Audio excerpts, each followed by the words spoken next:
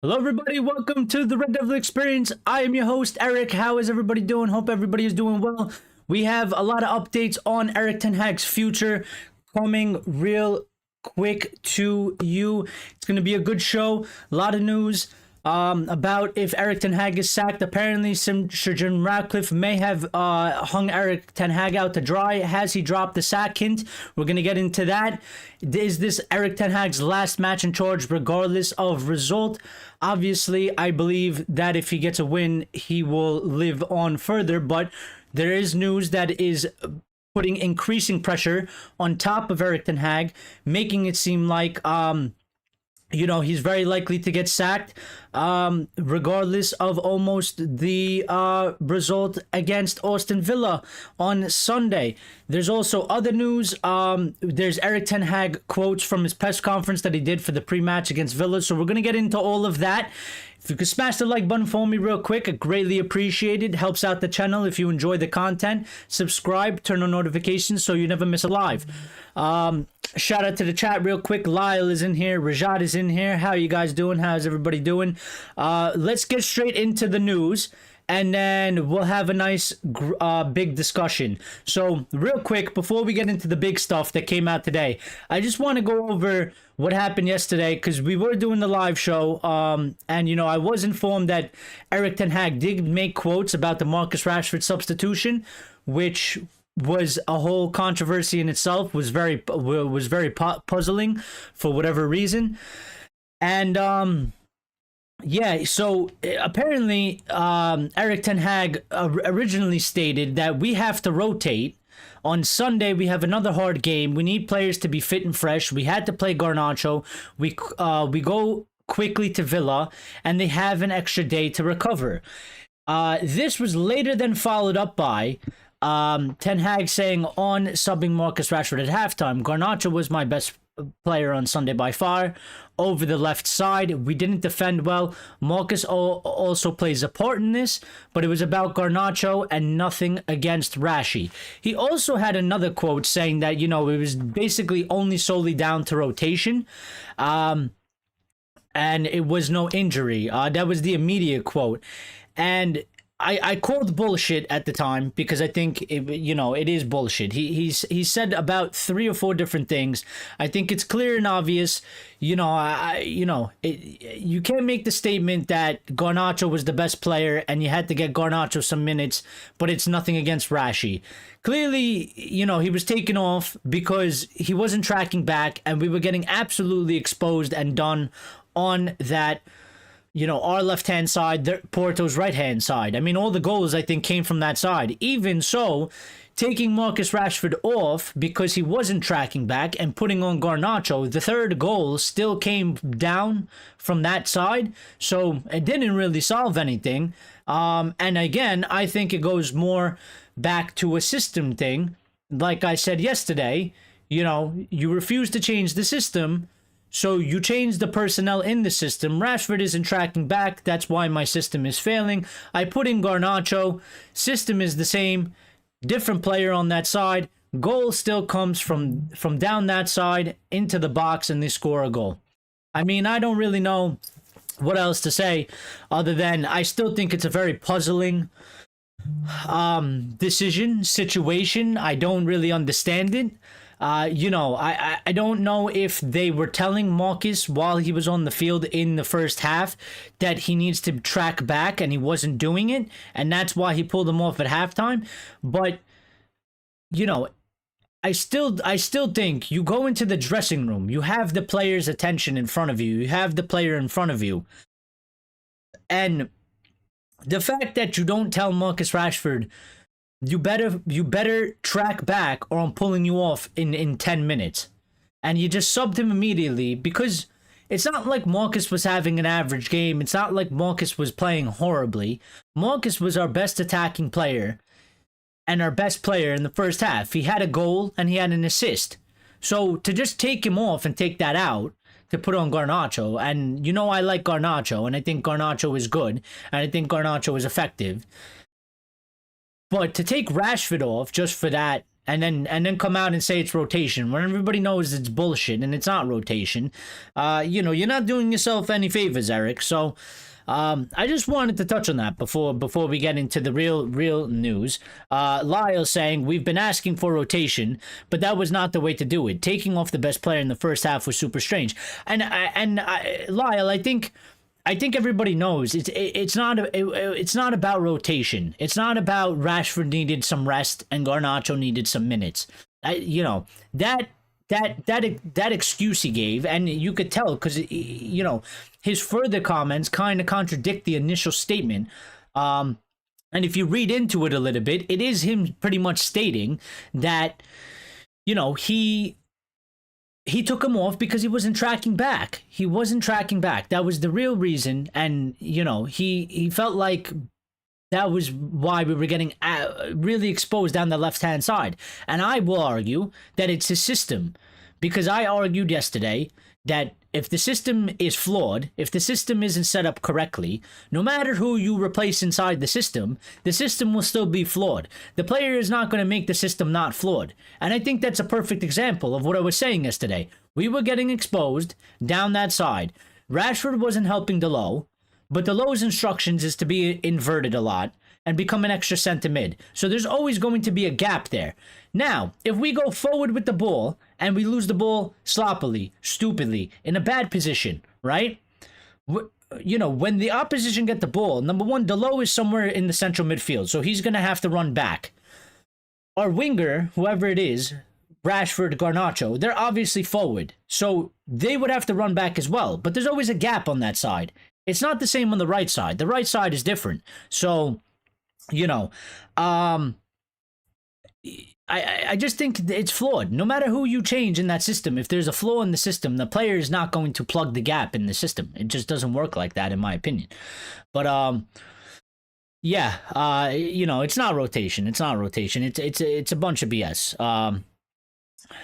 And so let's get into the more pressing news. And we will start off with Ten Hag. This is Manchester United men. Manchester Evening News, of course, coming and stating that Ten Hag could be sacked if Manchester United defeated against Aston Villa in the Premier League on Sunday afternoon. And I think that's, fairly obvious and fairly clear. I believe, we all knew about this, and I would reword that as to say I don't think he could be sacked. I think he will be sacked, in my opinion.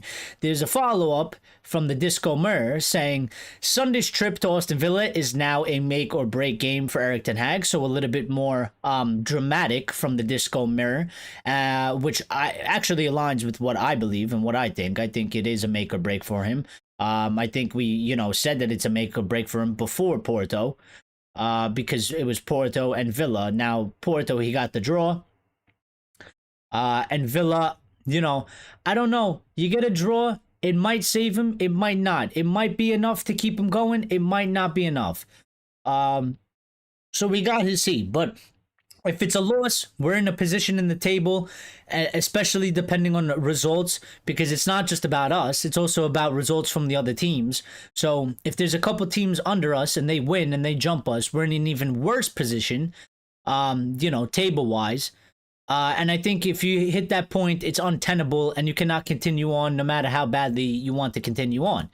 Now, the update also coming from Manchester Evening News saying Sir Jim Ratcliffe has put in place a new football structure since becoming co-owner of Manchester United in February, and they are expected to decide on Ten Hag's future amid poor results. Now, just keep that in mind for a little bit, because there is an update that's going to tie into that. We have more reports saying good fortune will not protect Erik Ten Hag from the sack if Man United lose against Villa on Sunday. So the emphasis really being put on this match. I think, this is probably the biggest match of Ten Hag's career right now, because it is going to determine if he is going to keep his job or he is going to lose his job. And I think the odds are highly, highly against him. Highly, highly against him. And I don't think he's going to come out. So, Sir Jim Ratcliffe has spoken today to the BBC. He's had a lengthy comment, and I think this comment is kind of damning in its own way. So I'm going to read through it. I know the font's kind of small, so if you can't see it or you can't read it, good enough, just listen to me. I'm going to go through the whole thing. So Sir Jim Ratcliffe was speaking to the BBC on whether Erik Ten Hag could be sacked. And he said, "I don't want to answer that question. I like Erik. I think he's a very good coach, but at the end of the day, it's not my call. It's the management team that's running Manchester United that have to decide how we best run the team in many different respects. But that team that's running Manchester United has only been together since June or July. They weren't there in January, February, March, or April. Omar and Dan Ashworth, they only arrived in July, which I've mentioned before." He continues on to say, "They've only been there. You can count it in weeks almost.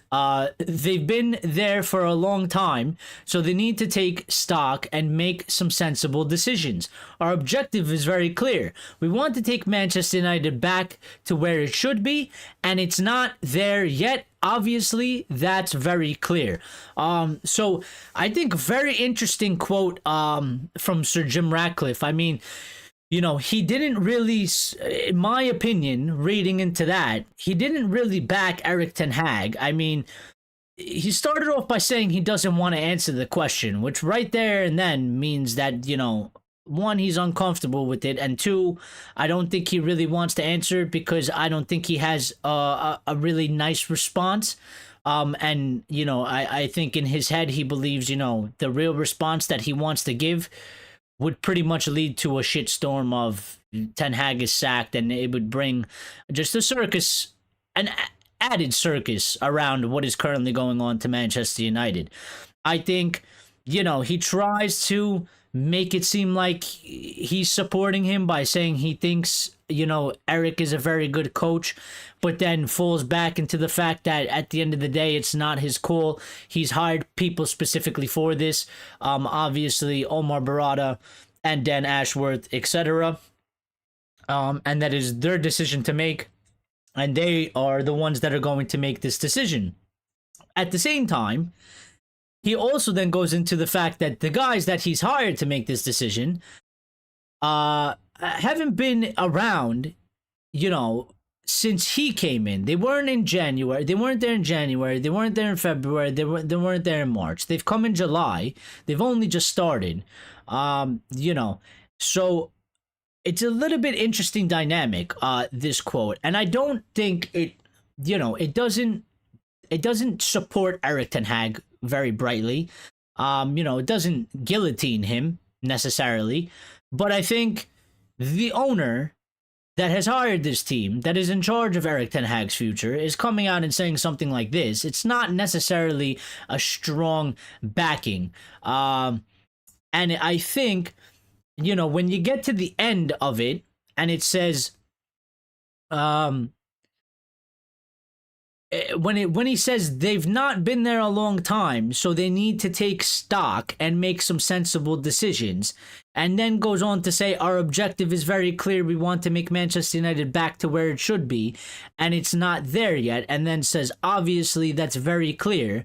I think he's, indicating that, number one, Omar Barada and Dan Ashworth, he's basically telling them you better make a damn decision and do it quickly because shit is not going well.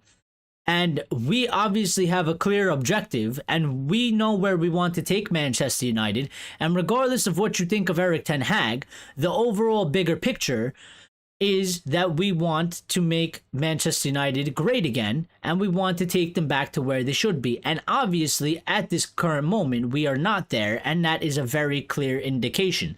So, is Sir Jim Ratcliffe, what do you guys make of that quote? What do you guys make of what Sir Jim Ratcliffe has said today? Do you think that is, Sir Jim dropping essentially a hint that they are going to sack him? Do you think Erik Ten Hag's fate is sealed based off of what Sir Jim Ratcliffe has said today to the BBC? Do you think it's kind of an even-handed statement? Do you think it's not supportive? Let's see what you guys are saying in the chat. Rajat was saying FC Porto was intentionally targeted the left side as Rashford doesn't track back, leaving the low 2, maybe 3-1. Yes, I've looked at analysis as that, there's people. I'm not one of these stat people. I'm not Statman Dave. I'm not, I don't do like tactical analysis breakdown videos with all that. There's a lot of guys that are very good at that. I let them do that. I prefer my eye test and my opinion and my beliefs on what I want to see on the pitch. But I watched a couple videos from some tactical analysis guys that love to do that stuff and are very good at explaining it and breaking it down. And they made that very clear and obvious. I mean, I think it was very clear and obvious just by watching the game, but they really get into the nitty gritty about it and explain how it's an important part of the system for them to track back. The funny thing is that after all that breaking down, like I mentioned, you put in Garnacho because Rashford isn't tracking back, and the third goal still came from that side. So, you make of that what you want. Lyle's saying it would be a United record, surely, if we are the first team to sack a manager in a season. Where is Richard to provide us with some history on this? Yeah, actually, that's a good point. I mean, usually it's the much smaller teams. I mean, every once in a while you get a bigger team that ends up doing it, but usually it's one of the smaller teams because they fear relegation, so they try to get ahead of it. And they sack the manager. Sometimes they go through two managers in one season, 3 managers if it's early enough. Obviously we haven't had to really deal with that because obviously we had Ferguson there for so long, and then the other managers were always given 3 seasons and probably lasted at least up until November, December-ish, right? But yeah, I think it would be, it might be the first time ever, or it might be the first time in a very, very long time that Manchester United are the first team to sack the manager out of every team in the league. So yeah, I don't know, maybe Richard would be able to, put some insight into that. Lyle is also saying your dad's comments on the like-for-like subs was living rent-free in my head today. I mean, yeah, he bring up a good point. I mean, he is about Richard's age, around there. He's been watching United for a very long time. He knows his football. He used to coach on a smaller level, but he used to coach and stuff like that, so he does know his things. So yeah. Lions is in here. Lions, good to see you. Lyle thinks that Sir Jim is dropping hints. Ray is in here. Good to see you, Ray. Axe is in here. Axe is saying if they have decided to keep Erik Ten Hag in May and sack him in October, they admit they are incompetent. Well, maybe so, Axe. Maybe so. Maybe so.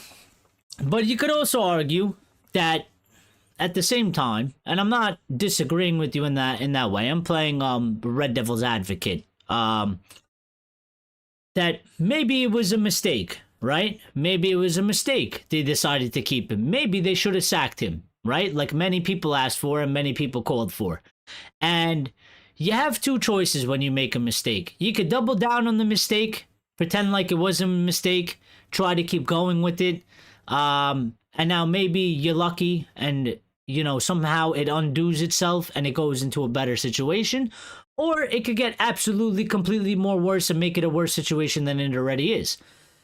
So, the optics of that is, okay, some people might look at it and be like, all right, well, if they sack him now, since they decided to keep him in May and they sack him in October, then, they admit or they make themselves look like they are incompetent. But at the same time, there's something to be said about somebody that makes a mistake and owns the mistake and then, acts to rectify the mistake. So I don't know if I would call it incompetence necessarily, but, if it was a mistake or it was the wrong decision, it was a fuck up. And you could label it as that and you could say they fucked up. But it's about what you do going forward. Now, do you rectify it? And how do you rectify it? If you sack him, who are you appointing? Who is the appointee? Is the appointee a good fit? Is the appointee, better than what you just sacked? Is there a clear direction now going forward? There's a lot of things that go into that. So, but I get what you're saying, Max. I get what you're saying. Rajan thinks we'll go for Eze from Crystal Palace. Probably, maybe, at some point. Depends on his price. Depends on, what we got going on financially. I mean, if we do sack Erik Ten Hag, we're gonna have to pay him about 17 million or so, which has an impact on our FFP from the Premier League, because apparently they account that in.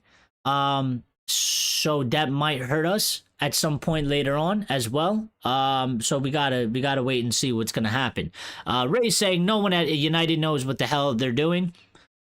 I mean, Sir Jim did say that the guys that he's hired have, they've only arrived in July, so maybe they are, a little bit backed up, and they are trying to, get their footing in place. I certainly think that there's no way that they know any less or the same amount as the previous hierarchy. There's no way. So, Lions saying Newcastle had 4 managers the year they got relegated. Oh shit. Yeah. That's usually how it goes. You start hitting the panic button way too much. But there's always arguments for both sides as well. The fan base is still, it's still divided in terms of, I think there's a lot of people right now accepting that it's over for Ten Hag, but there's a split in that aspect of, there's people that just don't like Ten Hag. They want him to go. Absolutely. I think there's a good amount of people that they accept that the results haven't been good enough and he's probably going to get sacked, but they still like him and they wish he wasn't going to get sacked. And then there's people that are still asking for more time for Erik Ten Hag. And I think what's interesting is that,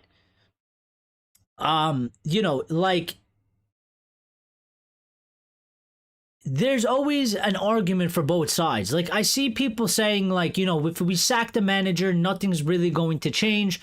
Nothing's really going to improve because there's other problems. And I half agree and half disagree with that, because I think there's obviously problems larger than the manager that obviously need to get addressed and sorted out. But can you do that right now? Because they haven't done it yet. So whenever, I think, you have to worry about those issues after. And you have to deal with the issues that you can handle now. And I think there are issues from the manager, his system, his setup, what he's getting out of the players. And I heard an interesting comment from somebody else that does United shows the other day when I was listening around to the just the fan base and trying to get a general vibe from them. And somebody made an interesting comment, and it was like, there was the quotes from Benny McCarthy the other day when Benny McCarthy was saying that, Erik Ten Hag is a brilliant manager in terms of tactically, analytics and stuff like that.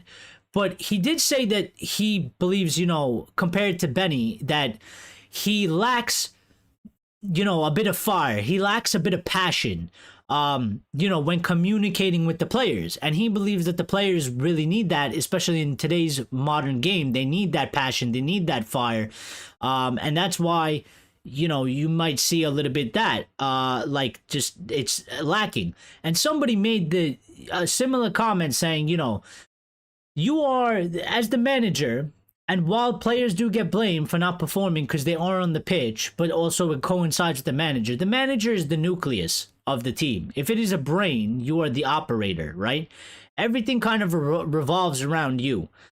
So your team that goes on the pitch, the image of your team is a representation of you. So, I think you can describe our team a lack of passion, a lack of fire, a lack of emphasis, a lack of drive, a motivation and hunger. There's just a lack of fire and hunger in the team.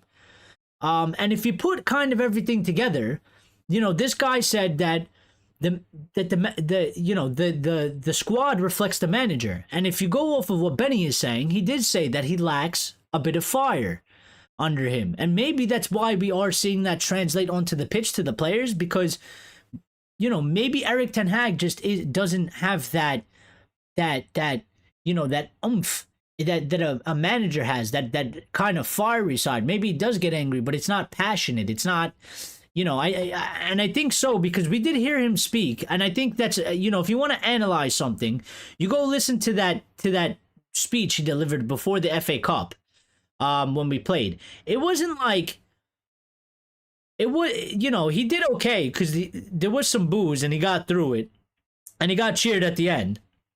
But it wasn't like the most motivational thing. It wasn't something that really fired you up and wanted you to go to war. So, now this is a little bit of opinion, a little bit of speculation, but I thought it was an interesting point to bring up. So, where are we in the chat? How is Brighton coach? Is he very similar to Nagelsmann when he was at RB Leipzig? He is German too as well. Axe is saying, you will see they will sack many managers going like that. Well, I mean, they've done it at Nice a couple times. They sacked quite a few managers in their time, in their couple years. So maybe that's what's coming this way, and maybe not. Joel Glazer, except Avram and Joe Glazer's act incompetent, though they won the Super Bowl. Yeah, but what do they know about? What do they know about football? Maybe they know more about American football, but they don't know nothing about football. They don't even know when Ronaldo signed for the club, and he was one of our biggest players ever. If we sack Ten Hag, we'll need to sell Mano to balance the book. No, absolutely not. I mean, that would be absolutely ridiculous, Science. That would be absolutely ridiculous. No. If you're Ineos, if your Ineos is still back Ten Hag or sack Erik Ten Hag, not sure what to do. Well, we're going to get into that because there's more updates. 17 million payout. Yeah, I suspect that is also one of the reasons sacking has been delayed. I think it's definitely played a factor, Lyle. I think it's why they're kind of a little bit reluctant to sack him. I also think part of the reason is I think they really did set out a plan. There was a conversation, there was a whole plan. They kind of want to see the plan go through. But as I mentioned before, they're being put in a position, they're being backed into a corner where they have no chance, and they're going to have to go into a different direction than their original plan that they made with Ten Hag, and they're going to have to come up with a new plan, and maybe a new direction. And maybe they don't really want to do that because maybe they believe and they think the plan that they really set up will lead to success, and now it's going to take more work to modify and adjust, and it's a little bit unexpected. I don't think they expected to be in this position this early into the season, but the results and performances have been so bad that it's really forced them into a really tough and difficult spot. So I think it's a little bit of those things both. Maybe that or Ineos wanted to work and have some sort of plan. And that's kind of what I just said, Rajada. And that's what I really do believe. Axe saying, yeah, more time for him. Players are on his side. They scored twice. Come back to take the draw.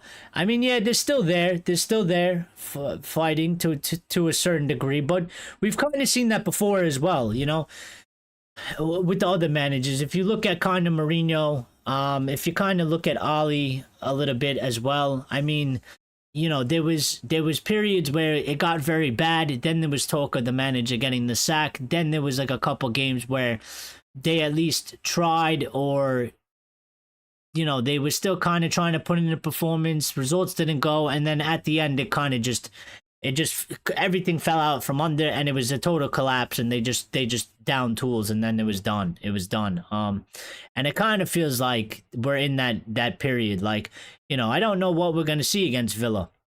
We got a draw, but we were up 2-0. I'm sure they're not too happy about that. And we don't know what's going on with Marcus and stuff like that, and that dynamic, and Marcus probably does have some good influence over players in the dressing room as well. So, there could be a lot of unrest, there could be a lot of unhappiness, especially, from the impact from yesterday. So, Rajat wants give him time.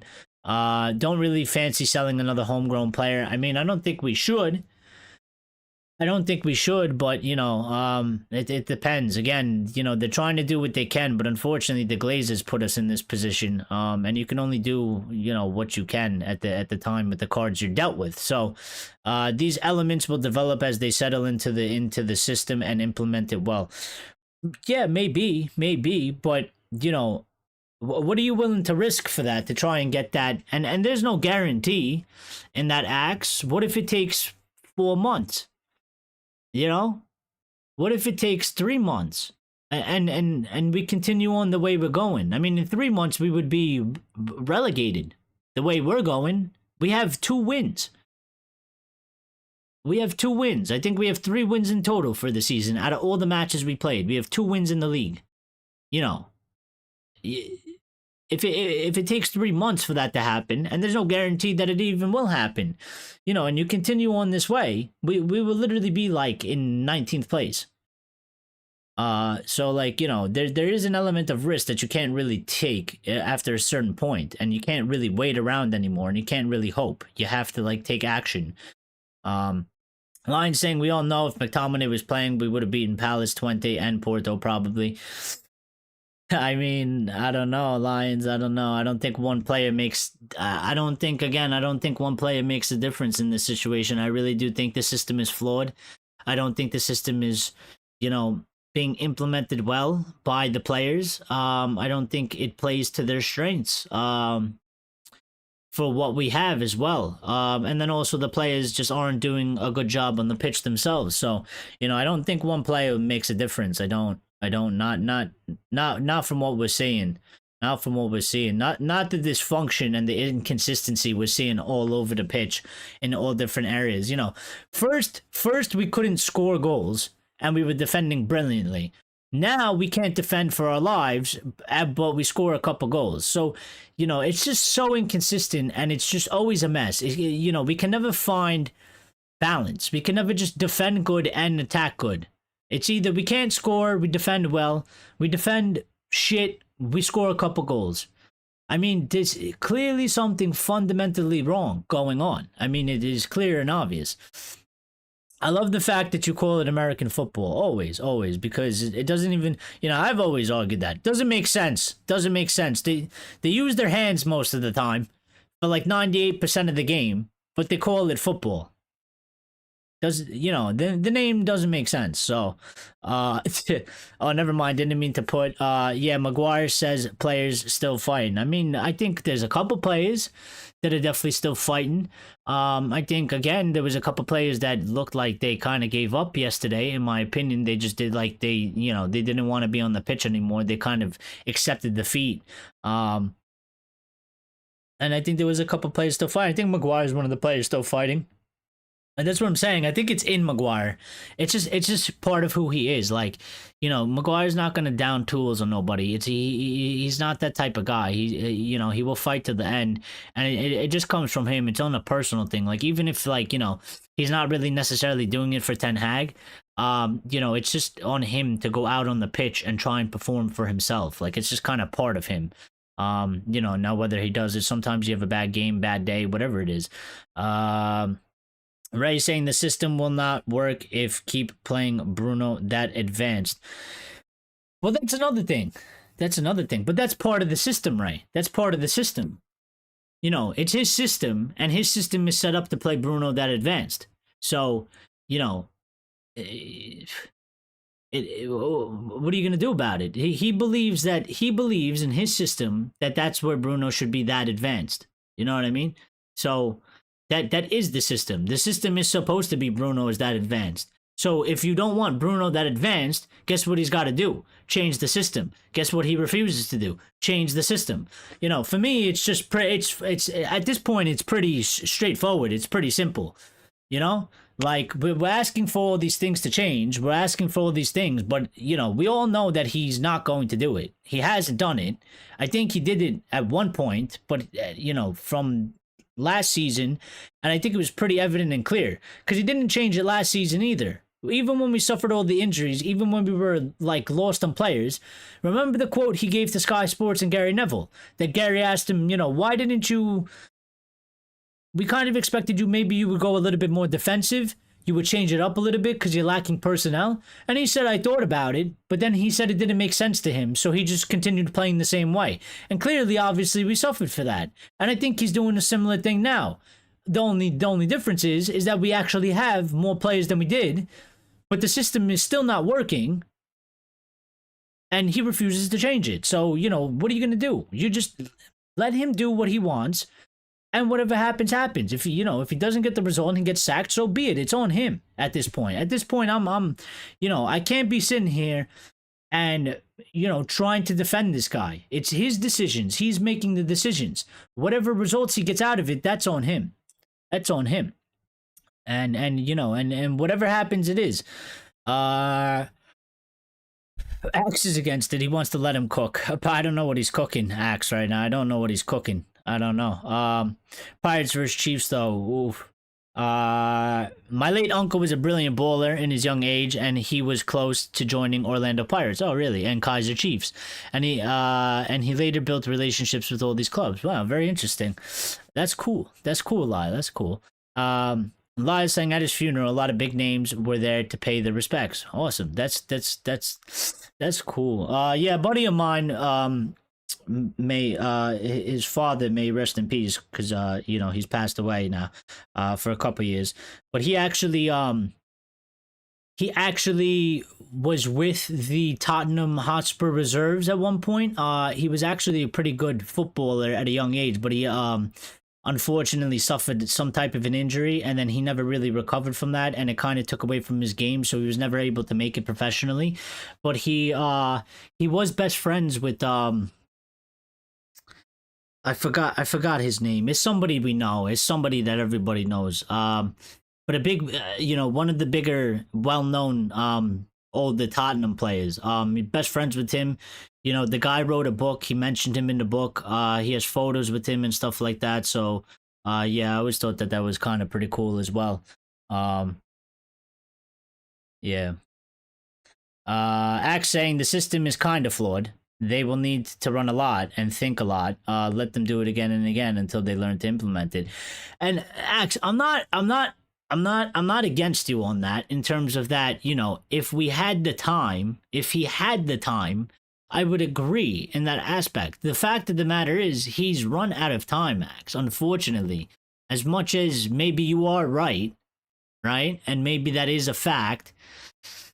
You said fluid. Oh, you meant fluid, not fluid. Well, all right. Well, it's fluid. The system is kind of fluid. All right. But I just think he's not going to get time. I think actually Erik Ten Hag has a quote on that himself, so he knows very well. But you know, Axe, the way he can help himself is somehow get a result on Sunday. I don't know how he's going to do it, but if he manages to do it, he's buying himself time, and he'll be good. He'll be all right.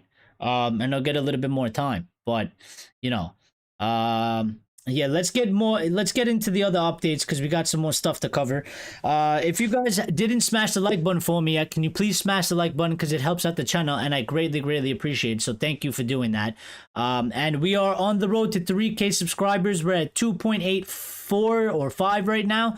So subscribe if you're not a subscriber, and turn on notifications so you know when we go live and you never miss a show.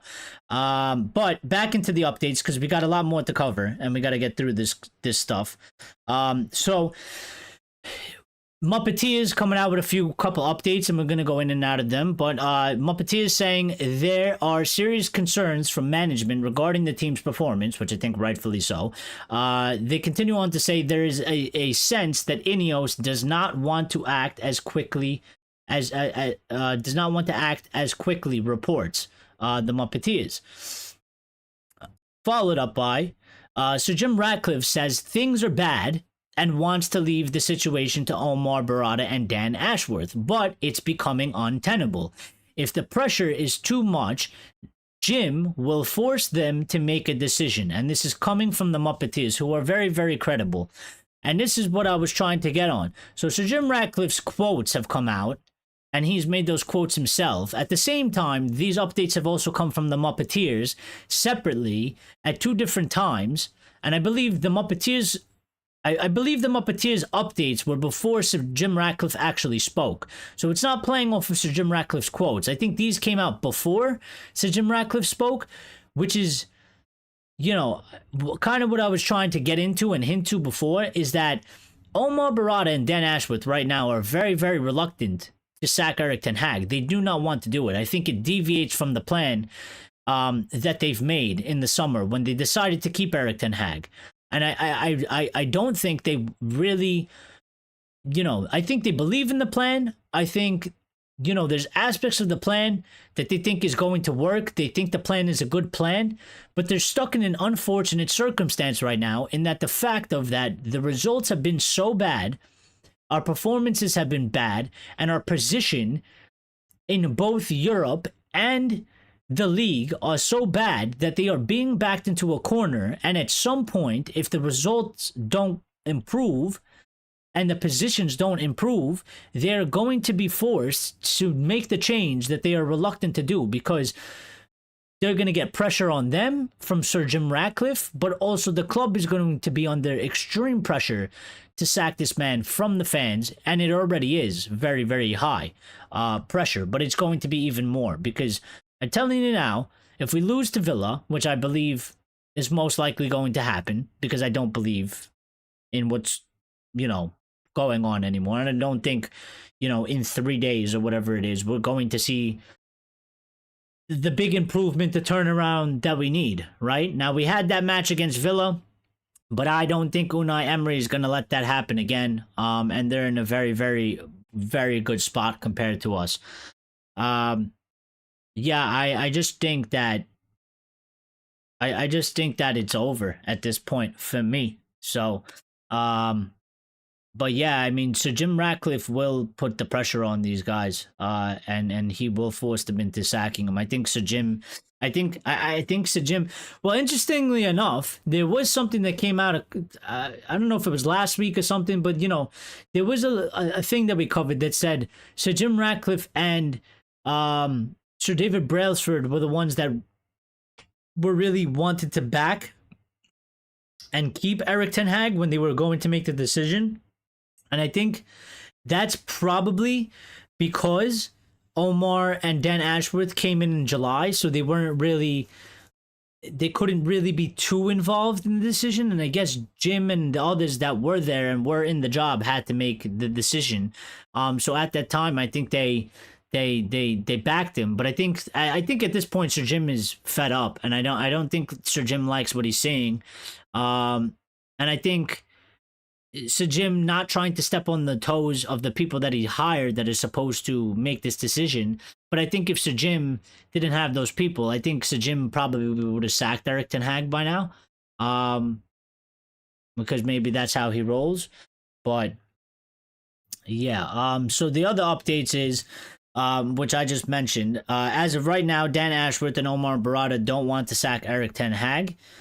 They are reluctant to do so, and Sir Jim Ratcliffe will go to Omar and Dan and tell them they need to do something about it. If it were up to him, he'd hire Tuchel, and that is also coming from the Muppeteers. So, the Muppeteers is very credible, and they're putting out a lot of interesting updates. I mean, the fact that they're saying that, pretty much Sir Jim Ratcliffe would have sacked him by now. Omar and Dan are very reluctant to do so, which is why it hasn't happened yet. Which is why they're hoping that, he could have got a better result maybe at Porto, and they're hoping that he gets a positive, win against Aston Villa. It seems like Sir Jim Ratcliffe is pretty over right now, and he wants to go get another manager in. Yeah, so it's all coming down. It's all coming down around United. And then, just from other sources, even if United beat Villa, there will be conversations taking place over Ten Hag's future during the international break, which kind of suggests that he might not even be safe if he beats Villa. Although I would argue that it would obviously put us, it would be a good performance, it would be a good result, it would bring positivity, and it would improve position in the league. So I would be surprised if they actually sacked him after winning, but they may still do so because we don't actually know, right? We don't actually know. There is an international break. They can just decide that, the decision can still be made to bring somebody else in if they really want to. But I think it would be less likely, way less likely for him to be sacked if he wins against Aston Villa. So, and then that update coincides with the club's hierarchy is due to gather in London on Tuesday for a long-planned meeting. Sir Jim Ratcliffe, Sir David Brailsford, Omar Barada, Dan Ashworth, Jason Wilcox, and Joel Glazer will be present, among others. Rochelle Polaire, or whatever her name is, she's going to be there as well.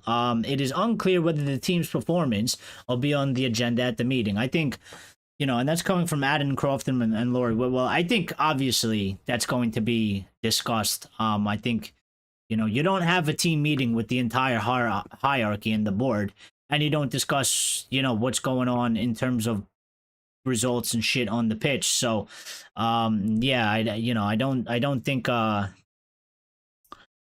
obviously I think they're going to discuss it. Now, whether, a decision to sack him or not sack him will come out of that, is will determine on, number one, the results, but also, yet to be seen.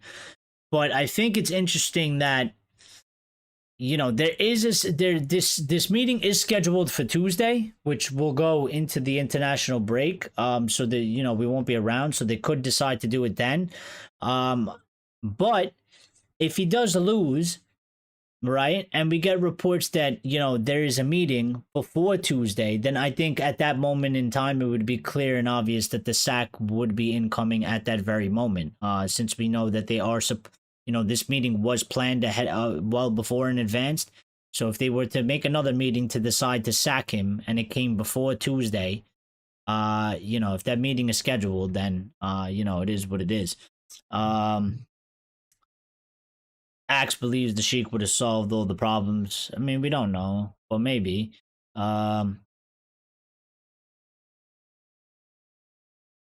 Anyway, back to United States. Yeah, back to regular programming. You guys are having a sidebar over there, which is fine. You're allowed to do whatever you want. So to coincide with, apparently Sir Jim Ratcliffe wanting Thomas Tuchel, Muppeteers obviously saying Sir Jim Ratcliffe likes and wants to sign Thomas Tuchel. We had a couple more updates on that, which is Manchester United are expected to resume talks with Thomas Tuchel if they decide to part ways with Erik Ten Hag, and that is iPaper Sport and Sam Cunningham are reporting that. And then there was also another update from both the same sources saying Tuchel was close to replacing Ten Hag in the summer, only for talks to break down due to disagreements about how much power the German would have and the financial package. So I mean, Tuchel is one of the names being linked. There's also this other update that Thomas Tuchel and Massimiliano Allegri feature high on Manchester United's shortlist as they consider sacking manager Erik Ten Hag. So Tuchel is back in play. Obviously, he's not in a job. I think, if this part here is accurate that says the talks broke down to the disagreements about how much power the German would have and the financial package.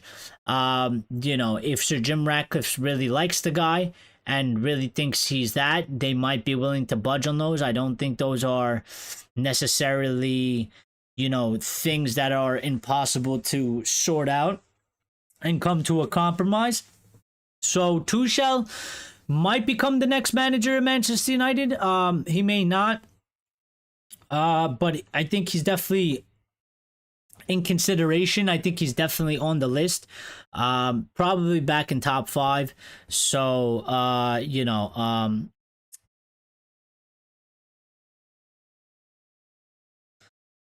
why? I think Ray's saying, why are they waiting to sack him? Why wait? Well, I think I think the decision is split. I think Sir Jim Ratcliffe would probably just do it, but at the same time, like I said, Sir Jim Ratcliffe has hired people to do these decisions, and Sir Jim Ratcliffe has said in his quote to the BBC that, that it's up to them, it's their job. But as the owner, they are your employees as well. So, when your boss comes to put pressure on you to get some shit done, you might have to do it. But obviously Barada and Ashworth don't want to do it. They may be forced to do it for the things that we mentioned. Number one, league position, Europa League position, the circumstances surrounding the club. But then also there's going to be pressure coming from Sir Jim Ratcliffe, basically telling them to fucking do something about it because the situation is not good and you better fucking, sort it out. Which is essentially saying sack the fucking guy and get somebody else in. So I think that's why. Um, Lion doesn't want Tuchel. Lyle says, I'm not sure about Tuchel. Always about power with the G-Mins. um, yeah, I mean, I'm with you guys there. I'm not 100. I was never convinced about Tuchel. I didn't really like him too much as a manager. When he was at other clubs. Um, but at this point, I mean, I'm not gonna get involved in this. I was heavily involved. I heavily backed the hiring of Erik Ten Hag. I wanted this manager. I was adamant about not getting Pochettino or whoever else was fucking linked to the club at that time. And I'm not gonna do it this time. I'm not. Whoever they decide to hire, they hire, and I'll go from there. And whatever they show me, I'll choose if I believe he's good enough. Obviously I'm gonna back him because regardless of the manager, except for Gareth Southgate, he's not allowed to be backed at all, ever. Which I don't think he's coming anyway. But Tuchel, for example, I would obviously, back him to succeed, support him. I wouldn't be Tuchel out on day one. But I would like to see, what he's going to show us and what he's going to give us. Because if he succeeds, then we're good. So, let's get this shit sorted. Everyone, give me one name, please. Yeah, I mean, if you guys want to throw, who would you guys take? I think that's a good thing, Lion. If you could put in a manager, and it has to be somebody like, you can't say like Guardiola or something. You can't say like Ancelotti because they're never coming. But somebody that you would like to see. If you have somebody in mind, put it in the chat and I'll read it out in a second. I just want to get to this part right here because remember we did mention that Inzaghi might be coming to Manchester United. He was considered a candidate. So this is coming from some type of an Italian journalist outlet. I don't really know who they are, but the person I follow is usually credible, and I guess they deem this person as credible. So apparently Manchester United already offered the coaching position days ago to Simeone Inzaghi to sign after the international break, but he rejected the offer. So yeah, apparently Inzaghi has rejected Manchester United already, which is probably kind of expected because why would he leave, his position? Plus he's Italian. Inter is a good team. They're doing well. They're in the Champions League. Why would you leave in the middle of the season to go to a team in the Champions League that performs well and is doing good in Serie A to a team that is obviously struggling, trying to rebuild, is in a shit position, and has sacked, about to be our 5th manager in a row. So, yeah. Axe is saying, I know a team which is below United in Europe. It is Nice. Who owns Nice? The Rat. Coincidence? I think not. Okay, this is just a mean, but how can you trust the Rat over Erik Ten Hag when Nice is going so bad? I mean, it is a good point. But, I know Sir Jim owns the thing, right? But who's in charge? Who's actually in charge of Nice? Like I know Sir Jim is the owner, right? But who do they have? Who's their CEO? Who's their whatever? Now, obviously, our CEO and our director of football are not trying to fire Erik Ten Hag, for one reason or another. But it's a good point, Axe. It's a good point, Axe. Because they are there, but yeah, I don't know who they are. Axe saying that he would take Xabi Alonso. No Italian coach, please. Lions wants Thomas Frank and he's serious. And I know he's serious because he keeps asking about Thomas Frank. Why do you like Thomas? Lions, can you tell me why you like Thomas Frank? Because I don't like him at all. But, you're allowed to have your opinion or whatever. But I just don't like... I don't like Thomas Frank at all. I wouldn't want him in Manchester United like at all. But I'm just interested to know. So Sorry. Um, how about TT as interim coach, Eric? Who's TT? Thomas Tuchel? Thomas Tuchel is interim, not Inzaghi. Henry, for me, Ruben Amorim is interesting. There's a reason why he almost joined Liverpool. Bright young manager. I think Ruben Amorim is actually I think he is a good he is good and interesting. He's young, but I think he is a good manager. And he's actually pretty well liked and well respected. I mean, he was looked at Liverpool. Even in the Portuguese league, and you don't find this too often, but like even Benfica fans and Porto fans would jokingly they saying, but they would even take. I mean, that's how good or people like him, that they would actually take him from Sporting, and he's a Sporting guy, and they would have him as his manager, as their manager. So I've seen that before as well.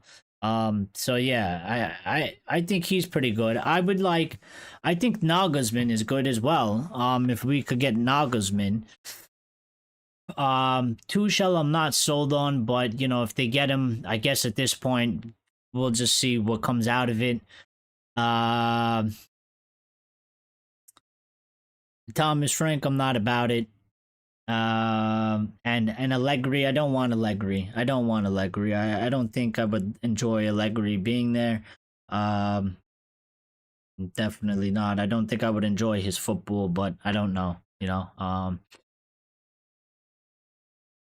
Rajat pointing out that Amorim is crazy expensive, believing Sporting want clubs to pay ridiculous buy at about 70 million. That's the only bad thing. Well, I don't think it's that high, Rajat, but there is something about that it is pretty high in terms of that aspect, that that's one of the reasons why Liverpool didn't go for it, because it was just cheaper and probably a little bit easier for them to get a slot. So yeah, I think that's one of the factors for sure. Lion saying, I like the manner he has. Also, the football Brentford is dynamic and free flowing. Well, that part I do agree with. I think he does play some pretty attacking intended high pressing type of high intensity type of football, and we have better players, it would be more effective and efficient. Maybe I just don't know. I don't know, because it's one thing to be the manager at Brentford, it's another thing to be a manager at Manchester United. you know and especially the current Manchester United, and I just think that, like, I don't really know who you go for, but you can make arguments for both sides and both ways, and or multiple different directions. But we've had proven winners here fail. We've had inexperienced people here. Everybody's failed. It doesn't matter how experienced you were or not experienced. We had Solskjaer, not a lot of experience, didn't have a great CV, supposedly understood United. He got sacked. We had serial winner like Jose. Van Gaal was a winner as well, failed. They both failed. We got Erik Ten Hag, who was good in the Dutch league, obviously inexperienced, in terms of managing any bigger club that would be close to Manchester United. Did well in the Champions League. He's obviously failed pretty much at this point. So but I think I don't know. You could probably go both ways, to be honest. If you get somebody like Amorim, he's a bit younger, right? But he is inexperienced in terms of I mean, he's gotten some experience in Europe and stuff like that, but come into a different league and managing might be difficult. But he is younger, and then he probably, if he gives us something to be excited about, I think he would be given time, which is something that Ten Hag isn't going to get because he's in his third season, but Amorim would be in his first. And the project is just new now, and it's just starting, so there would be time given for both to grow and be put in a better position. But I don't know.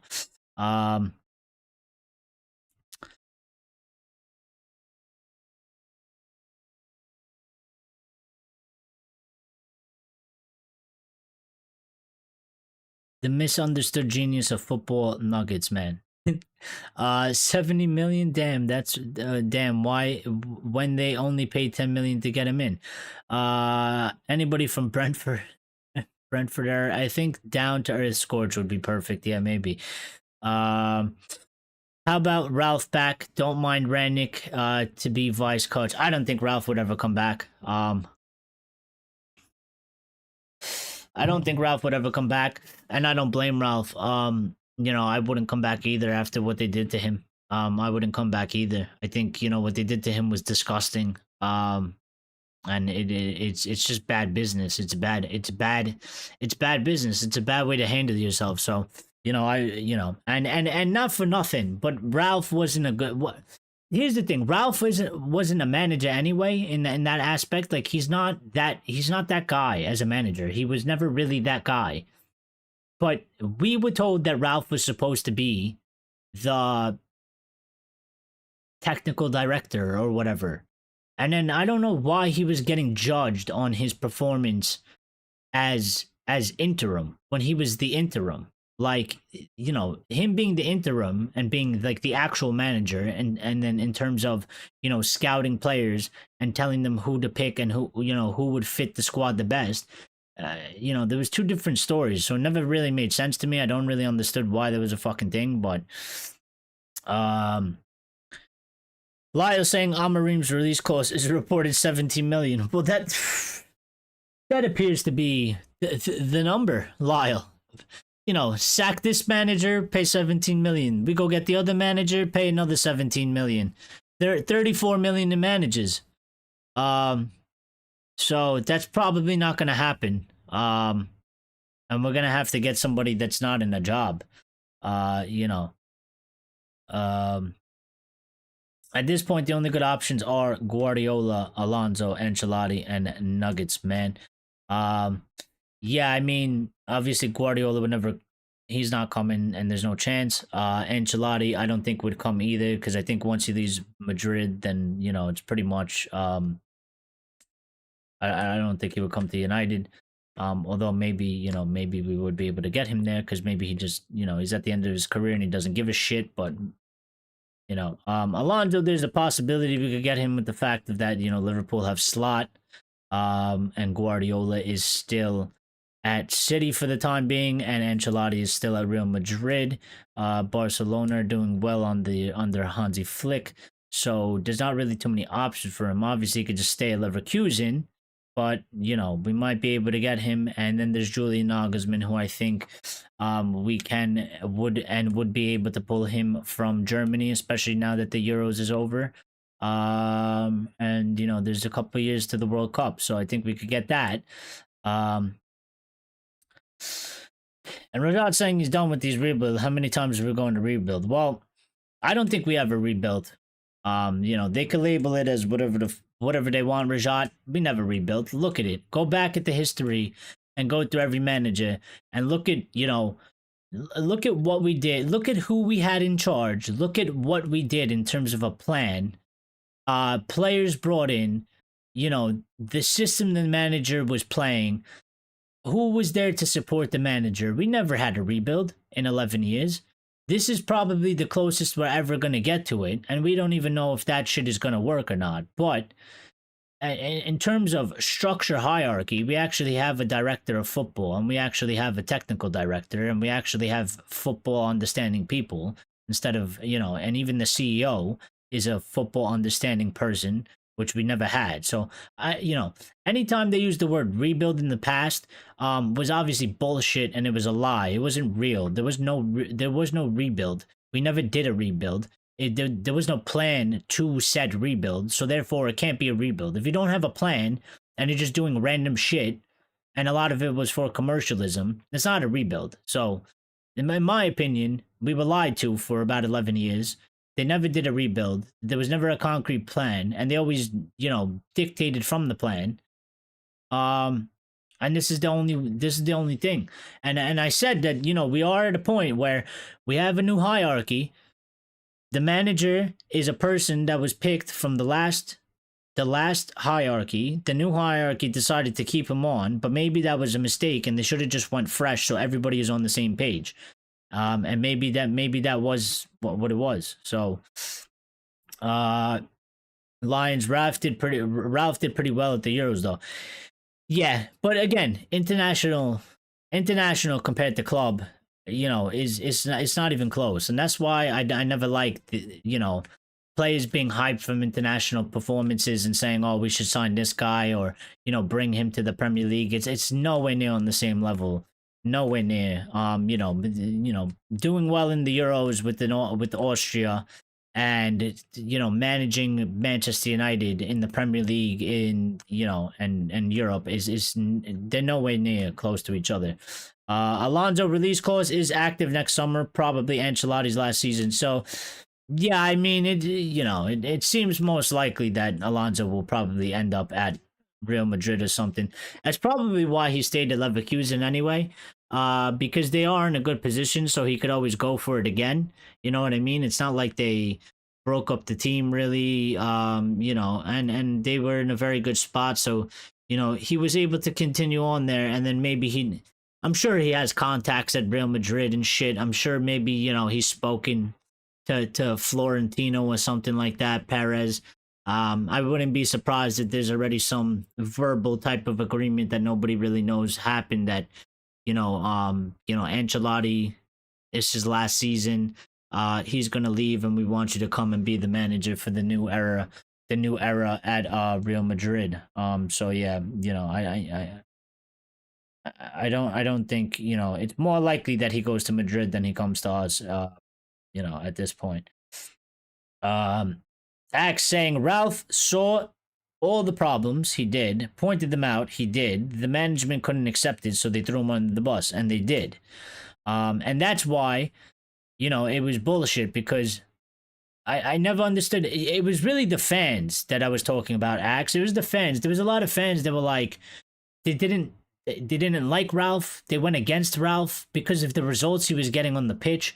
He had problems with Ronaldo, etc., and players in the squad and shit like that. But I was like, I don't understand. I never understood why fans were focusing on, results that he was getting on the pitch as a manager when he was always supposed to go upstairs and do pretty much everything that you said, which was that, identify problems, point them out, and then make suggestions on how to, basically player recruitment and shit like that. I think he's excellent at identifying players. I think he's excellent at player recruitment. But some of our fans were like asking for him to be thrown out of the club because he wasn't getting good results, and it never made any sense. So for me, I was always there with him. I agreed with them always. Nagelsmann's system is even more demanding than Erik Ten Hag's one. Are you sure you want Nuggets, man? I mean, yeah. I would take him because I like him and I like his style of play, and I think he's good, and I think he's a good young coach. I don't know how it would necessarily fit with the players we have and the style he has. But one of the things also that, and people mention this, and I don't, I think one of the biggest letdowns for me about Erik Ten Hag, and it's not really his fault because, it's more our faults because we get into that train of thought, and, he never said he was going to do it. So it's not like he said he was going to do it or anything. But I think a lot of us that, originally supported and we wanted Ten Hag to be hired as the manager. I think a lot of us were excited and happy, and we wanted him to come in because we saw the football that he played at Ajax, and we wanted that football to be played at Manchester United. And I think why a lot of people don't like Ten Hag and want Ten Hag out and are against Ten Hag and hate Ten Hag is because he didn't, for whatever reason, whether he's right or wrong, whether we were able to or not, he didn't come here. He didn't come to Manchester United and try and implement that. He he changed like no, I don't want to say he changed, but he kind of created his own like a new system specifically for what he believed was good enough for Manchester United and the players. And I think that let a lot of people down. You know what I mean? I think that let a lot of people down. I think it disappointed a lot of people. And I think that's why a lot of people have been Ten Hag out for quite some time, is because they thought we were getting a manager that was going to play in a certain way. And he's come here and he's set up Manchester United to play in a way that he was not having Ajax play. And everybody pretty much wanted the Ajax football played at Manchester United. I think, you know, that's what we were mostly excited about. And while that's not necessarily his fault, because, you know, there was no guarantee that he was going to play the same football. No one ever made that statement. He never said that I'm gonna, you know, bring Ajax football to Manchester United. He never said, you know, I'm gonna play the same thing. I think it was kind of just an expectation. And once people realize that, you know, they're not gonna get that, then they're kind of like, well, that was probably their big reason for wanting him, is because they wanted to see that football. They thought that was the correct football. It's exciting football. And now that they know that, you know, we're never going to necessarily get that football, they just don't want him, or they haven't wanted him for quite some time, because I think it's been obvious for a while. Ralph was employed to rout out the problems, which he did. Yeah, but then he went against the club, and the Glazers didn't like that shit. So Alonso at 12 million. Yeah, I mean, listen, if you want a good manager at this point, other than most of them we're gonna have to pay for. There's only like Tuchel is available for, you know, he's out of a job. Uh 34 million on managers and 3 homegrown players out. I mean, yeah, if we're doing math like that, then yeah, 100% agree. It's Bayern or Madrid next.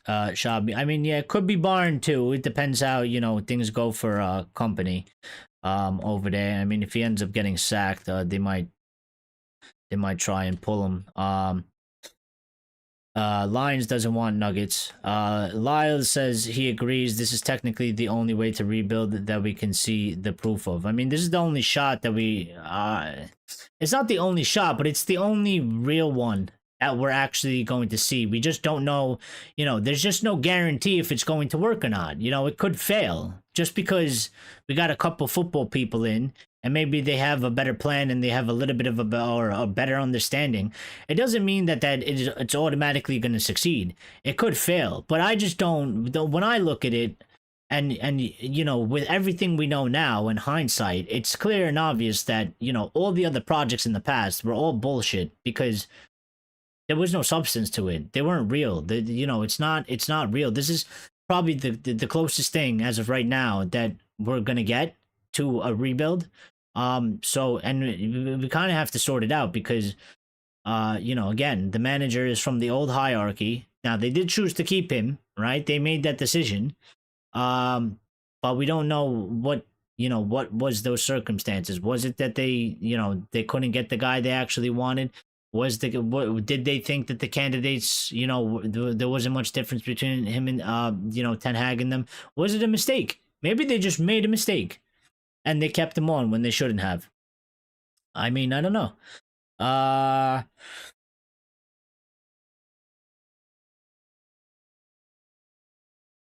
Want someone to keep developing Hoyland, Almond, Garnacho, and Maino. I mean, I think that's just a given, Rashad. I think that's just a given. You know, I think yeah, obviously you need that. You need somebody to develop, but you know what? There's a lot of arguments. You know, if you go listen to some of the bigger channels, some of the bigger people, I mean, a lot of them are saying that, like, you know, they're actually arguing the opposite, that he's made quite a couple players worse. You know, they're saying look at what's happened to DeLitt. You know, I mean, I don't know, but yeah, I think, you know, you need a manager that does all of those stuffs. They need to keep developing. They're all in the early 20s. I mean, yeah, we got it. Now a lot of coaches play very technical, demanding more attacking football. I mean, you got to do it. You got to do it. You got to do it. It's the modern football. So he created crap at United. I don't mean any offense. Ray said he created crap at United. Axe saying, I think you are highly right talking about the attitude of the fans and the Ajax comparison, but he doesn't have the players to execute that playing style. And I'm going to say this. Erik Ten Hag wanted the following players in: De Jong, Gravenberch, and Neves. All those targets were missed. Maybe that is one of the reasons why they don't play like Ajax did. I mean, definitely, it could be a thing, as to why. But I mean, I guess we'll never really know. To be honest, we'll never really know. But I mean, just to go on this, and then we could get jump in on something else real quick. There was an interesting poll taken from men that apparently they recently conducted a fresh survey on Erik Ten Hag. Around 14,300 fans have responded, and 84% of the people that interact with Manchester Evening News believe that he should be sacked, and only 16% say he deserves more time. Now, I don't know how they taken this poll. I don't know if they did it online. I don't know if you have to be a subscriber. I think if they opened it up online, it would be bad. I think if it's exclusive to subscribers and you have to pay for men, then I think this is way more accurate, and means a lot more and holds a lot more weight, because obviously then, like, you're not really going to get trolls paying to some Manchester United subscription to vote in a fucking, on a poll or whatever. And obviously, anyway, if it was a rival fan or whatever, they would obviously be voting to give him more time, because obviously they want him to stay, and they're all making fun of us. But yeah, I mean, if that's anything to go off of, you could tell that, like, at one point it used to be 50-50. I think at one point, even before that, it used to be like 65, maybe 68% for him to stay, and the minority was for him to get sacked. And now I think it's overwhelmingly, people have either accepted that he's going to get sacked, or they want him to get sacked. So yeah, it is just at that point. Which is our midfielder conductor? Is it Mano? If it's not Mano, was it Neves, or was it De Jong? Will love someone who can do Vitinha's role, can play in an 8 or a 6 midfielder as pivot next to Manu. I mean, I don't even know. Who is the conductor? We don't really have one. It's kind of just... Van de Beek was already demotivated when Ten Hag came in. Maybe he was treated badly, plus the injuries. I think so, but I think he's playing pretty well in Girona. He seems like he's enjoying life there. So, maybe it's something with the club as well, because apparently it seems like, you come to United, you have the worst possible time. You have the worst possible time. You leave United, and you seem to be all right after you leave United, barring a couple players. Some players have just completely disappeared into the black hole. But let me pull up some of the stuff that's being said now, because I think we've had some updates while we went live. So I want to get into that. Just give me a second while I search for it. So Bruno Fernandes has made a statement on his Instagram, so we could read that and get into that, and you guys could react to it if you want. So Bruno Fernandes on Instagram, this was like about an hour ago, maybe or so. He has said, tough moment as a team and personally for me, one of the hardest, almost 5 years at the club with ups and downs, good and bad moments. Personally, I have always had challenges and adversities throughout my career, and sometimes... and something that's never happened was that I go silent or hide myself from responsibilities in difficult moments. I know it sounds cliche, and most of you United fans will be tired of it, but no one is more disappointed than myself with my own moment. Even though, even through this moment, I appreciate all of you that had positive messages and belief in me and the team. So, kind of a real statement from Bruno Fernandes there. A little bit interesting.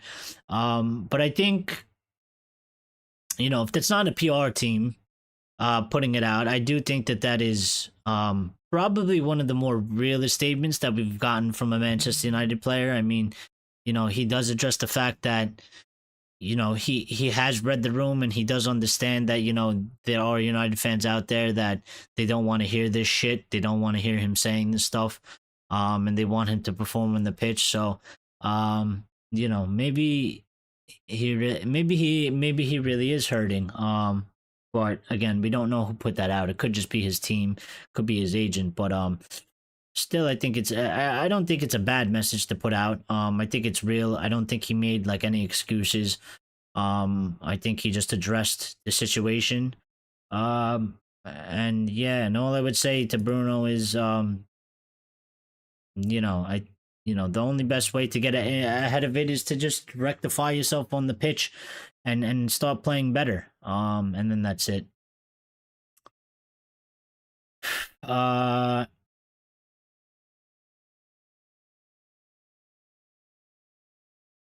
Carragher's talking about United, making points, saying if Ineos was so certain it had the right man in charge, there would have been no approach to anyone else. It is obvious there were serious doubts about Ten Hag's ability to lead the rebuild. Those concerns were justified, so whenever a board starts looking elsewhere, it is the beginning of the end of their relationship. It is not even that the trust has gone, it was never really there to begin with. And you know what? Maybe he has a point on that fact, but you know, it is what it is. This was an hour ago. Manchester United apparently had been courting Simeone Inzaghi for months, and a phone call via an intermediary arrived recently too. Given that a transfer would be impossible at this time, the Inter coach confirmed that he is very happy where he is. So that's interesting. What else do we have? What else do we have? Why am I not in the right thing?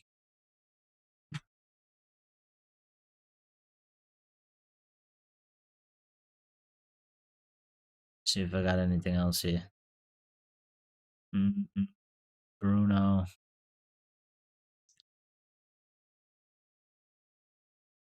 Let me get to some of the quotes that Erik Ten Hag said today. Earlier in the day, I think he did his press conference on Austin Villa. He had quite a couple things to say, so we could go over those and then we'll get to the end of the show. So Ten Hag on defensive mistakes. You look at the defenders. I look at how we defend as a team. We didn't defend well in the middle of the game. We allowed them to take control of the game. It's a question of discipline. It's the he said it's the start of the season. We have time to sort these problems out, which I don't think you do, but but it has to be done quickly, which I think that part I agree with. It does have to be done quickly because you're basically out of time. We can't wait long. The players have to take responsibility in these moments. That's Erik Ten Hag is speaking. Erik Ten Hag also went on to say, this was from yesterday. 12 hours ago? Yeah, this was from yesterday.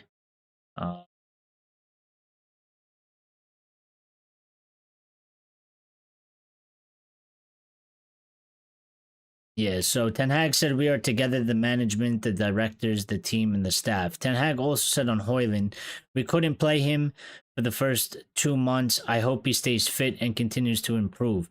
So that kind of sounds like, Erik Ten Hag would have been and wants Rasmus Højlund as his starting striker over Xerxes. Which actually probably makes more sense because Xerxes is new and Xerxes needs time to integrate and develop anyway. And Rasmus is in his second year, so he's already gone through that process. And this is really the year that we should see Rasmus grow a lot more and develop a lot more. So I think that makes sense.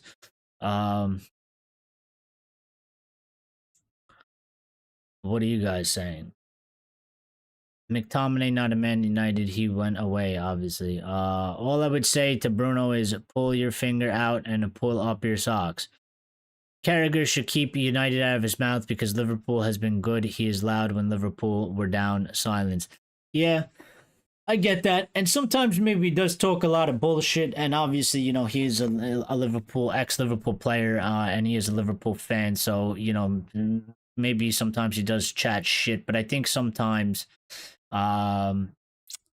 you know, you can try and just listen to what they're saying and see what they say makes sense because they are on the outside looking in necessarily. You know, just like my friend Daniel was in here the other day and he gave his opinion. Now, you know, his whole thing is Juve. He's a Juventus fan and he's Serie A and shit. But I think sometimes it's important that you get kind of an outside perspective because maybe sometimes they could see a little bit more clearly than we can.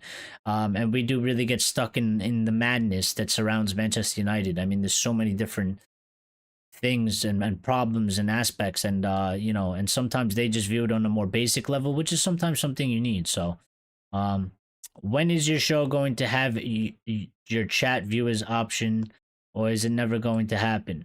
What do you mean by that? When is your show going to have your chat viewers opinion? Opinion. What do you mean? Like, do you like you want the chat on the screen? What do you mean by that, Rashad? Or super chats? Oh, right. But mean like this, like from video or audio call. Oh, you want to call in?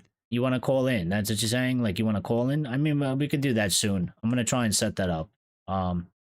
You know, if that's something that people want. Yeah, we could get that set up. I'll set that up. I'll set that up soon. Don't worry about that. That's coming. That's coming. Give me a little bit to figure out how exactly I'm gonna do that. I have an idea, but I just need to know, you know, how to do it properly. But yeah, we will do that. We could probably maybe dedicate either a certain time to it, so we could either do it, you know, after. We could do it on the Red Devil recaps. So after the after the matches, and we could get a couple people to call in and give their opinions along with mine on the match, or we can dedicate maybe one specific day out of the week to do like a call-in show for people to give their opinions on whatever they like. So something like that. But yeah.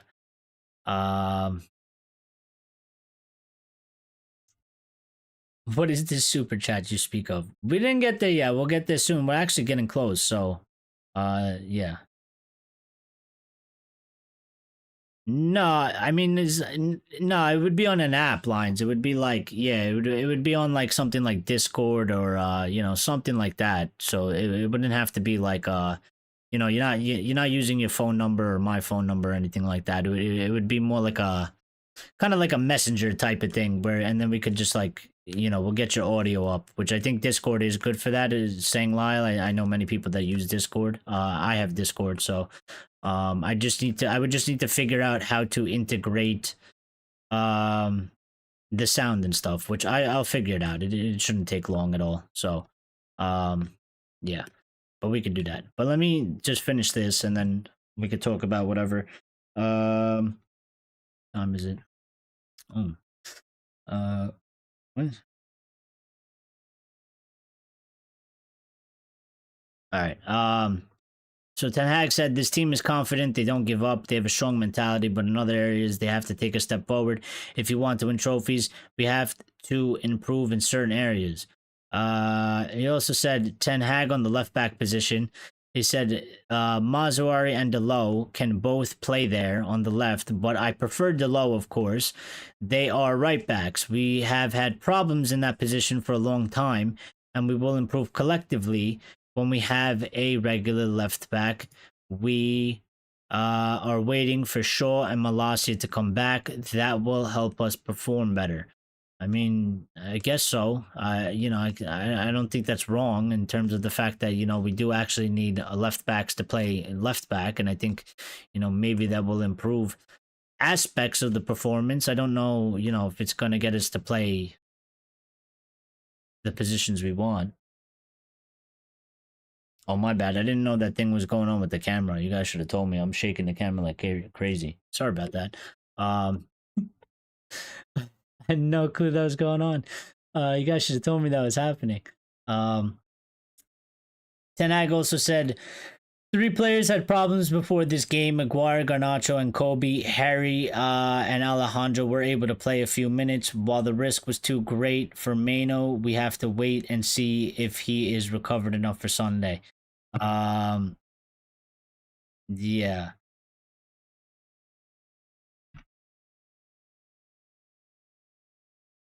And then Unai Emery had some things to say, but I don't really care about that. I don't really care about that. And I thought we had. I thought.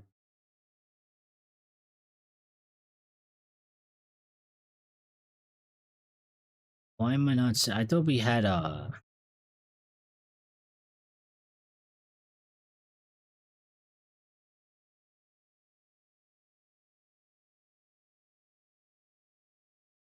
Oh, this was from.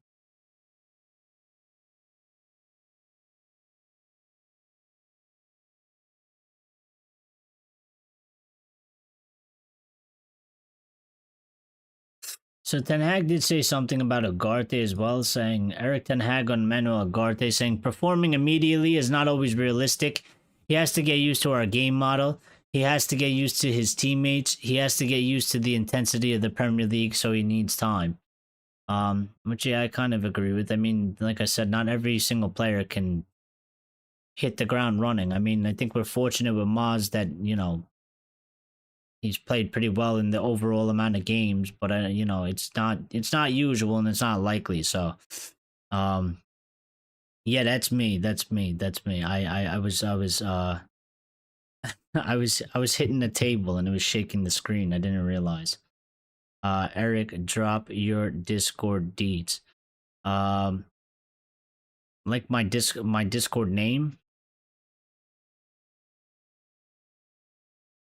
I don't even know what it is, to be honest. I'll get it on the next show. I'll get it. You know what? This weekend I'll work on it, and then for next week maybe we could set it up. And if some of you want to call in or whatever on one of the shows next week, we could definitely do that, and we'll have like a discussion about it. So you guys don't have to necessarily go on camera. um I don't care about that. If you want to show your face, you can. If you don't, yeah, create a server. That would be cool. Create like a little group chat or something like that that we could use. um yeah, one of my buddies that was gonna help me do it, he's kind of gone a little MIA right now. I think he's got some stuff going on in life personally. So I haven't talked to him or heard from him in a while. But I was gonna ask him to help me set that up as well, because he already set up a couple of them for other different things. So obviously he knows the process a lot easier. But yeah, I'll get that. I'll look into that for something for next week, and then you guys can make me a channel for stats. That's what I'm saying. I got a friend that can do all of that a lot quicker and better probably than I can. But yeah, we'll get that. We'll get that up and running. And then you guys can call in and we could have a voice to voice chat. For sure. Yeah, but there really isn't anything else. It's kind of quiet. It's gone kind of quiet. Um, so Erik, why did you start this amazing channel, if I may ask? Well, I started this channel to meet and talk and have discussions with other United fans, because where I live, it's not. I don't growing up here and specifically in the area, sometimes people are a little bit lucky, but there's not. I don't know people that, for example, care about Manchester United or are actually Manchester United fans. People like yourselves, for example, that are always here. Just having conversations and supporting the channel as well. So obviously, for me to be able to actually have conversations and talk to other United fans, I had to create some type of a channel to meet people from wherever you are in the world, really. And we have fans all over the world, and I just like the idea of like a community of Manchester United fans. I always thought that like the fan channel things were kind of cool as well. It kind of opened my eyes to YouTube a little bit because for a long time when I was younger, and I think the YouTuber has kind of changed over the years now, obviously. But in the beginning, YouTubers were always kind of seen as like these weirdo bloggers type of people that they just go and put up weird vlog videos, like go do some weird stuff in like a supermarket or like something like that. But then when I found out that there was like actually like football communities on YouTube, and people like have discussions, and like it's like a thing, and like you can do live videos and interactive stuff with other people. I just really always liked that aspect. So I wanted to make one for myself and have my own little community, because I think I just enjoy it. So I just enjoy it. We will be able to voice chat during the matches. We could do that as well. Yeah. I can help if you want. I'm pretty good at figuring shit out. Yeah, well, you do work on computers, Lyle. I don't know exactly what you do on the computers, but you should be at least a little bit tech savvy as well. So yeah, let me give it a go. In terms of just setting up the basic stuff or whatever, and then if I run into any problems, we could talk about it. Next week on Monday's show or something like that, because obviously we got to do the Red Devil recap, and I don't want to do it at the end of that show. So then we could do it, we could work on it going into next week and stuff like that. So you are a UX UI designer and a web designer. You are literally exactly what I need, Lyle. Why did you not mention this before? You are literally exactly what I would need in like so many different things, Lyle. In so many different things. You are literally probably the most important person to find out there. Why did you never mention this? Lyle, what the hell, Lyle? No, but that's good. That's good, Lie. That's good. That means me and you can do a lot of things for the channel. I did never ask. I did never ask. That's true. That's usually my response to things.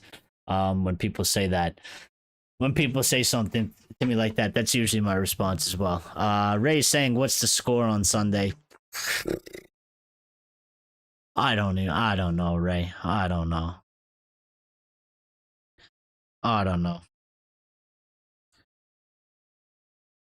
3-0 Austin Villa.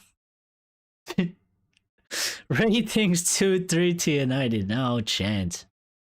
No chance. No chance. No chance. No chance. Ray's back to business. Yeah. There's the name for the colon segment, the Motley Crue Hour.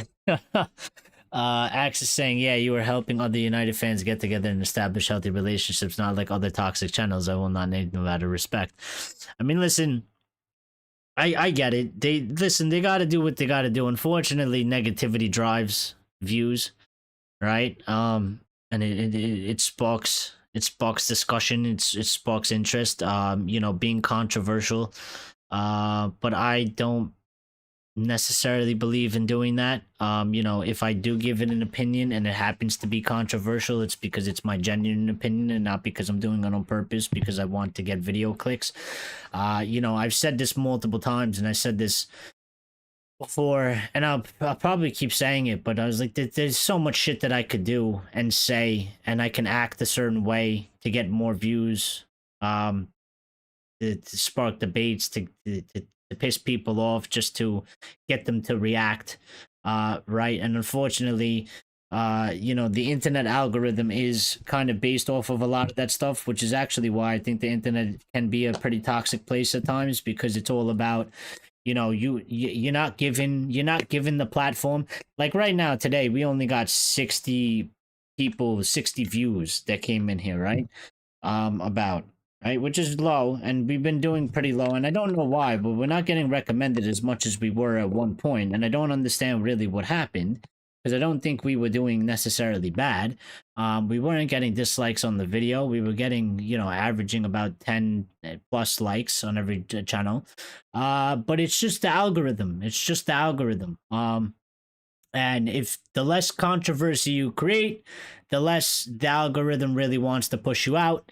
So it is what it is. It is what it is. But I don't really care about that. I think, I got you guys. We have a good anytime we go live, we usually have around maybe 10 plus people always in the chat, and I'm fairly confident that at some point we'll get to 20, and at some point we'll get to 30, and at some point we'll go to 40, and at some point we'll get to 50, and then we'll kind of force the algorithm anyway to put us in there, because the more that we get of people like you guys, then they kind of have no choice, because there'll be just more people will be watching for longer and interacting and stuff like that. So it might take a little bit longer, it might be more of a struggle, but it is what it is. Again, I hold my values, and I'm not gonna start acting crazy for clicks and views. I'm gonna just do me. I did get recommended to you. That was a while ago. Yeah, user experience and user interface. One designs the user journey, the other designs the look, but they talk to each other. Yep. Ray's saying wear a red shirt on Sunday. I will. I will. I got a couple red ones. I liked a lot of United content on YouTube, and you popped up, and I never looked back. Well, that's good. But yeah, for whatever reason, and I can never understand it. I don't know if it's just, the viewing habits of people. But like, for example, if you do go look back at the channel, right? The last big one that we had, and I was very encouraged, because I thought that we actually broke into the algorithm and that we were constantly going to get recommended. But the biggest one, or one of the biggest ones we had, was the transfer deadline day. And we got a lot of push from it. We got a lot of interaction from it. We got a lot of views from it. And then the transfer window ended, and then we went back to just like regular United content, right? And it just doesn't get pushed anywhere near enough, and I don't really understand why. I don't. I don't. I've been trying to figure it out. I don't really get it, but at this point, it is what it is, and I'll just continue talking to you guys, and having our conversations, because I still enjoy it anyway. So, it's not that big of a deal. I think eventually we'll get there anyway. So,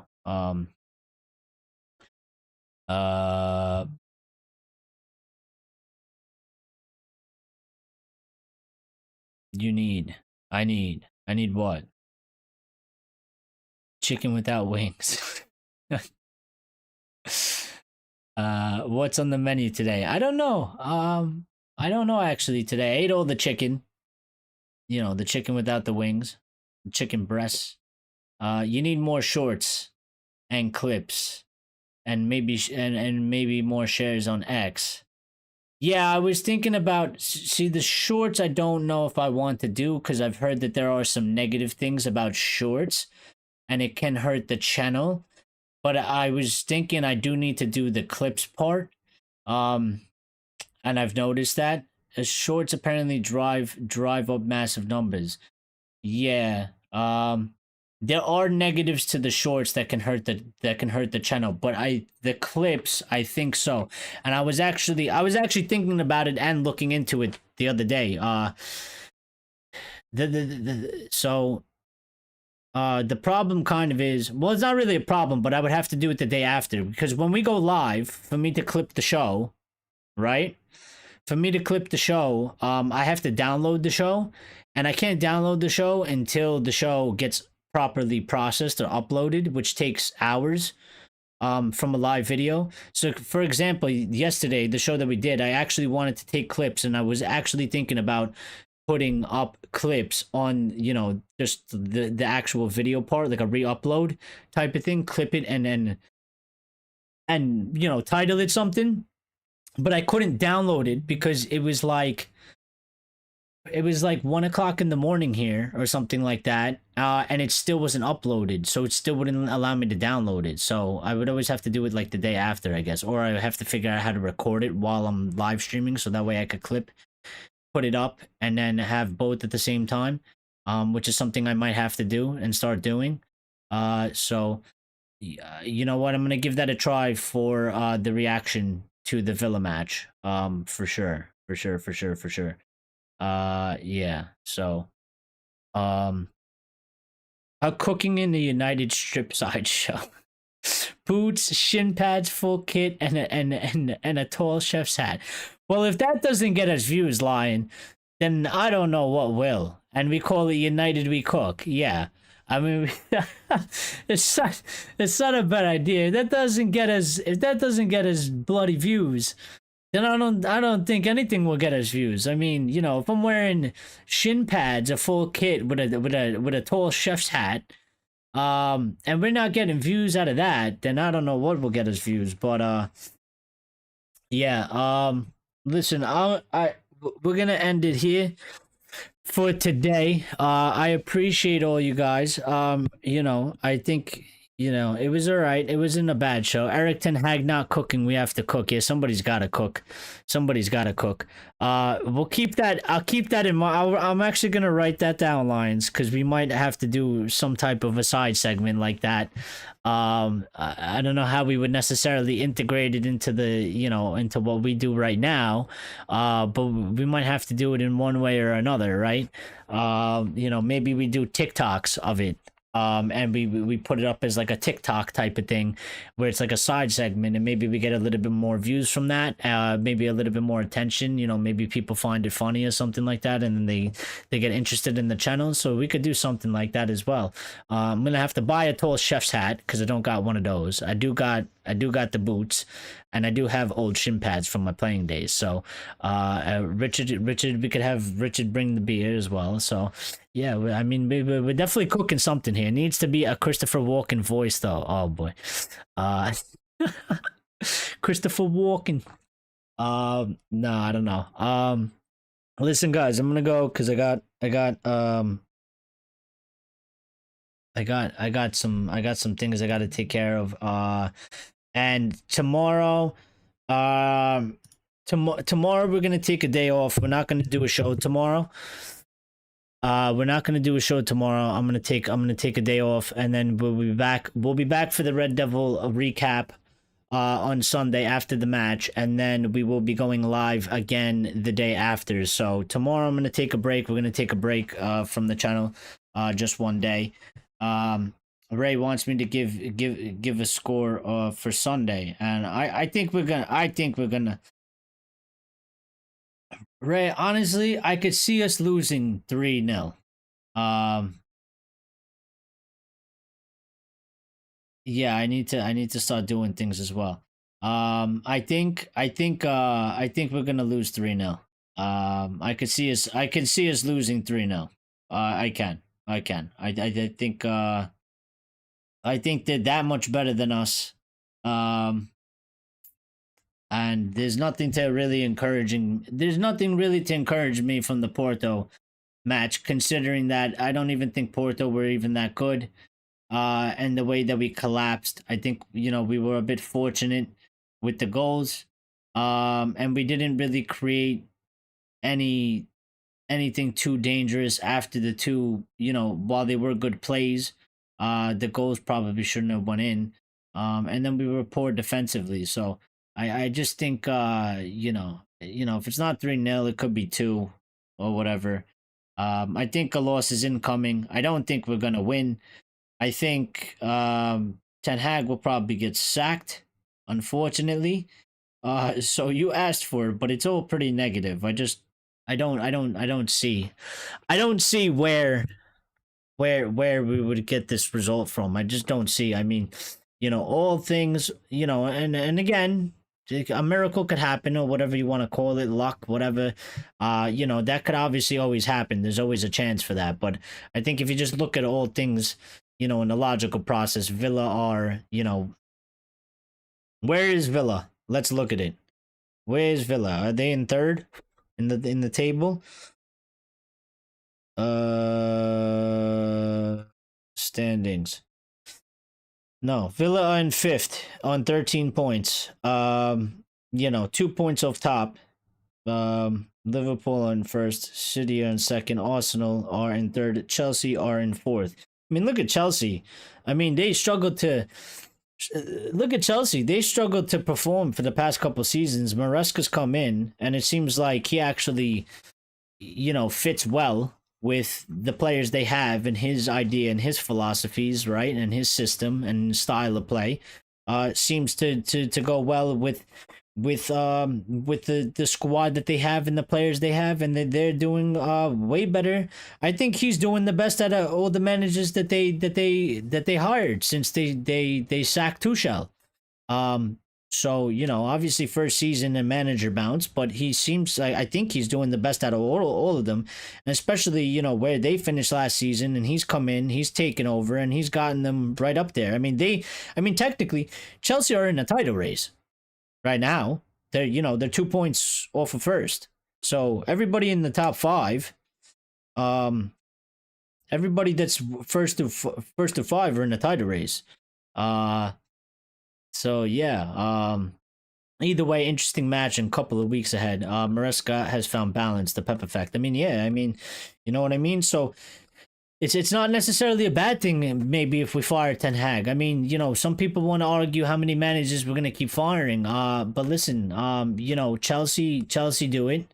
And it took Chelsea a couple times, but we've seen Chelsea do this before. It's actually throughout their history. They hire and fire a lot of managers, but they do end up at some point, after a couple firings, they do get somebody in that does end up doing either a very good job or being, the success that they wanted. And a couple other clubs do that as well. Real Madrid are always changing managers. I mean, not like constantly, but because they usually have a good job. But if it's not working out, they do change. Bayern changes when shit doesn't work out. Barca changes when, there's no success being bred. So, you can argue that, you don't want to keep sacking managers, but if shit isn't working and you think we're well under where we should be, then sometimes you do have to do it, and you just gotta, get on with it. Chelsea will implode, I think. They could very well. Let's see what happens. It's a long season and a lot of shit happens. What if they suffer a couple injuries? What if they get a couple, bad results? What if something happens, between the players and the manager and stuff like that? Like, it could always go south. It's just hype. Remember not changing Sir Alex Ferguson. I mean, yeah, but I don't know how many times that's worked. You have to believe. I do believe. I believe that we're gonna lose.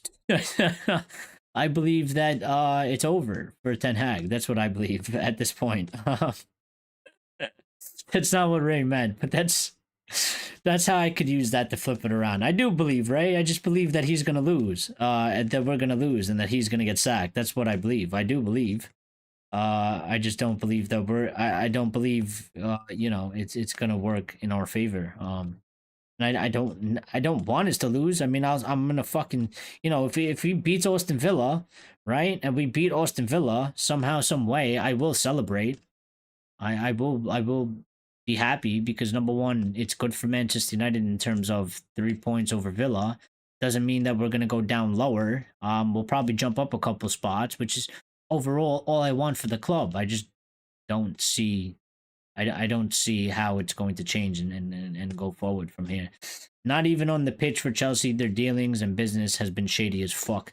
Yeah, I mean, you know, there's all sorts of things and all sorts of clubs. Everybody's doing something shady and weird, and yeah, we don't really know, but you know, it is what it is. Long contract spreading the cost. I mean, it's smart business, smart business. If there's a hole, listen, if there's a hole to exploit and you don't exploit it, then really, you know, I don't want to say you're stupid, because that is probably a little harsh, but it's not smart, right? And maybe it's looked down upon or it's frowned upon, but hey, guess what? That's how a lot of people get ahead in the world. You know what I mean? That's how a lot of people, that's how a lot of things and a lot of places or whatever get ahead in the world. If there is a loophole in something, you know, while it might be frowned upon, as long as it doesn't necessarily get you into legal trouble, right? If you don't exploit it, somebody else will exploit it, and then guess what? They're ahead of you and they're not going to get in trouble. So if there's a hole, Chelsea will put their finger in it. They might stick their nose in it. Man City process when? I mean, Ray saying, LOL, I never get scores. However, I see a draw or Villa win, but I always remain positive to United win. Well, let's see how they start the match, Lyle. Let's see how they start the match. Let's see how we come out.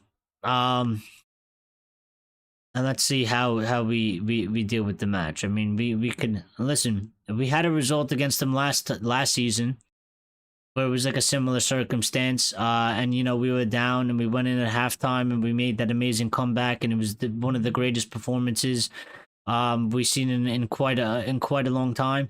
So it is possible. You know what I mean? It is possible. I just don't think it's likely. I don't think it's likely. But you know what? I say these things because I hope they prove me wrong. I hope they prove me wrong at the end of the day. I don't want to be right. I don't want to be right about it. I hope I'm wrong. I hope I am. But I just think that that's what's going to happen. So, but let me go, because we got to, you know, the end of the show, and it was a good discussion, and thank you guys for being here. And actually, hold on, there's an update that I want to say right before we get out of here.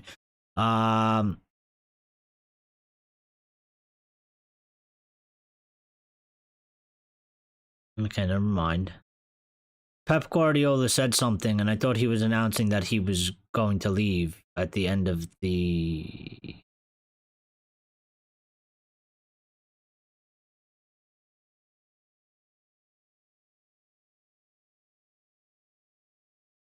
But he's not. He was talking about something else. He said after 2025 summer holidays, Premier League didn't allow us to postpone the first two games of the 25-26 season to come back for recovery. Thank you so much, he said. So I think he's being sarcastic there. But yeah, I thought he was saying, you know, after 20 I thought it was a statement saying that he was going to be going after you know, in summer 2025 or whatever. But no, he was because Fabrizio posted it. That's why I seen it. So I thought he was announcing that he was going to be gone, but no, it wasn't that. It wasn't that. So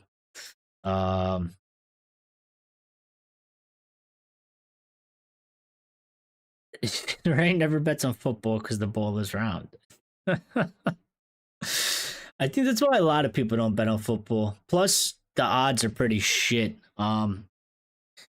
You know, the odds are pretty shit compared to, I mean, at least over here in America. I don't know how it is over there in Europe. I know you guys could do a lot more different combinations, and you can actually bet on a lot more stuff than we can. But yeah, I mean, like for us, NFL and NBA is the best. For betting, they just give us the better odds and stuff like that. And for football, it's so hard to put something together that they actually give you good odds. You know, you could put a parlay for NBA or NFL. on a couple players, like 3 players to score a touchdown, and you get decently good odds, and you're more likely to hit that. And it's actually worth taking it as compared to, you know, on football, the equivalent of that is like players to score a goal. But there's so many times where, like, you know, the game could end 0-0, a random person can score, so it's a lot tougher, and then the odds aren't even increased. So it's kind of shitty to bet on. So, you know, I don't know. I smell it. Richard the Storyteller, Ray the Wise. I smell the start of a guild. Yeah. We're gonna end up you know, World of Warcraft in here at some point. Who would have bet Lille beating Real Madrid? It's crazy how unpredictable it is. I tell you who. Some crazy Lille fan. Or it's just some psychopath out there. There's always one. There's always somebody, Lyle. The majority definitely bet on Real Madrid, and a lot of people lost money on that, right? But there's always somebody out there. I guarantee you somebody put somebody made a good amount of money on that somewhere. At least one person. I mean, the odds have to give it. But I guarantee you it was either a Lille fan who just bets his team, you know what I mean? Or backs his team, so he put money on it, or there's just somebody out there that is a betting person and analyzes shit, and they were like, you know what, Lille has good odds, and they put a couple money on it. But D anyone, D Day and more on Sunday. Yes. Let me go, because I got to take care of some stuff. So thank you guys again for being here. Thank you for smashing the like button if you did. I greatly appreciate it. And we will see you Sunday after the match. What time is the match again? It is, for me, it's an early one. Okay. So yeah, we'll see you after the match. I'll be on. We'll go live after. We'll do the Red Devil recap and all that. So yeah, thank you guys for being here. Thank you for supporting as always, and you know, carrying the show and the conversation. I appreciate you guys very, very much. You always been here supportive. Yeah, it's 9 a.m. for me over here, so it's an early one for me. 2 o'clock for you. Yeah, so we'll be on after. You know, what was that? An hour 45, about you know, about 2 hours. So yeah, about 4 p.m. UK time or something like that. So cheers, guys, take care, and we'll talk soon, and hopefully you know, I mean, hopefully we win, and hopefully we get something. And we'll see, and we'll talk about it. We'll talk about it more on Sunday after the match. So I'm glad you guys enjoyed it. I do. And I enjoyed it too. So thank you guys. Really, truly, I appreciate you guys very much. You know, you guys don't have to be here, and you guys can go and watch anybody else's stuff, but you always come back here to talk to me, and you know, it means a lot. So thank you guys. Thank you. And we will talk more on Sunday. All right. Everybody enjoy the rest of your Friday, and enjoy your Saturday. And then we'll be back Sunday. All right. Take care, guys.